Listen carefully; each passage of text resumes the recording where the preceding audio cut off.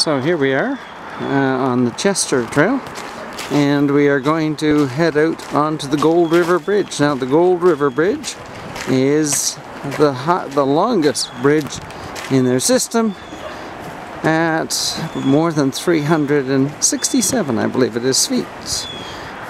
And it's on the old rail bridge high over, well, the Gold River, I guess. Still with the concrete abutments. And as I said, getting you up quite high. There's the river to our right. The bridge. And looking upstream on the Gold River, you can see it there.